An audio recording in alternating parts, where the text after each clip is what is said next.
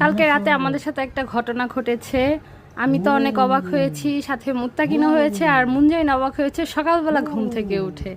কালকে রাতে হঠাৎ 3টার দিকে মুত্তাকিন মুনজাইনের পাপা এসেছে। আমি কিছুই জানতাম না, মানে টোটালি এটা একটা সারপ্রাইজ ছিল বলা চলে আমার বার্থডের জন্য এটা। তবে একদিন আগে আসলে আরও বেশি ভালো হতো, উনি ছুটি পায়নি, ইটস ওকে। তবে আমি অনেক বেশি সারপ্রাইজড হয়েছি, আমি কিচ্ছু জানতাম না।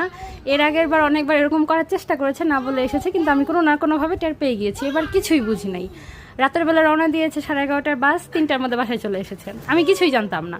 তো তারপর ফ্রেশ ট্রেশ হয়ে যখন ঘুমাতে যাবে তখন মুত্তাকিন ওর পাপার একটু ভয়েস শুনে মুত্তাকিন ঘুম থেকে সজাগ হয়ে গিয়েছে। মুত্তাকিন প্রায় 4টার দিকে সজাগ হয়েছে। 4টা থেকে একদম সকাল 6টা পর্যন্ত মুত্তাকিন সজাগ ছিল।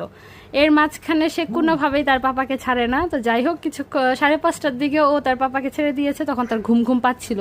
পরে সে আমার কাছে এসেছে। এর মাঝে ওর পাপার কাছে ও খেয়েছে, হিসু করে, সেটাও সে পাপার কাছেই করে, আমার কাছে করতে চায় না। মানে সে পাপাকে দেখে এত বেশি সারপ্রাইজ। নর্মালি যখন আগে আসে তখন তো আমি বলি আজকে পাপা আসতেছে, সেটা মুত্তাকিনকেও বলি, মুনজাইনকেও বলি। তো কিছুই তো যেহেতু আমিই জানতাম না, আমি আর কি বলবো। তো মুত্তাকিন তারপর অনেক বেশি খুশি হয়েছে রাতের বেলা হঠাৎ করে দেখে। তারপর মুনজাইন তো আমার সাথে থাকে না, ওর নানুমনির সাথে ঘুমায়। মুনজাইন হচ্ছে সকালবেলা ঘুম থেকে ওঠার পর দেখেছে। তো বলা যায় কালকে রাতে আমি একদমই ঘুমাতে পারিনি। যাও ভাবলাম শেষের দিকে ঘুমাবো, মুত্তাকিনকে নিয়ে সকাল 6টা পর্যন্ত আমার বসে থাকতে হয়েছে। তারপর লাস্টে ও কখন ঘুমাইছে, আমি কখন ঘুমাইছি আমি বলতে পারি না। যাই হোক, খুব মানে সুন্দর একটা ঘটনা ছিল এটা আমাদের জন্য, আপনাদের সাথে শেয়ার করলাম। মুনজাইন সকালবেলা উঠে দেখে তো একদম চুপ, মানে কি বলবো, যে বাকরুদ্ধ বলে না, যে কিছুই বলতে পারছে না, এটা কে কি কিছু না, চুপ করে শুধু তাকিয়ে আছে। তারপরে এই যে দেখেন এখন সবাই মিলে কি সুন্দর খেলা করছে। অনেক বেশি সারপ্রাইজ হয়েছিলাম।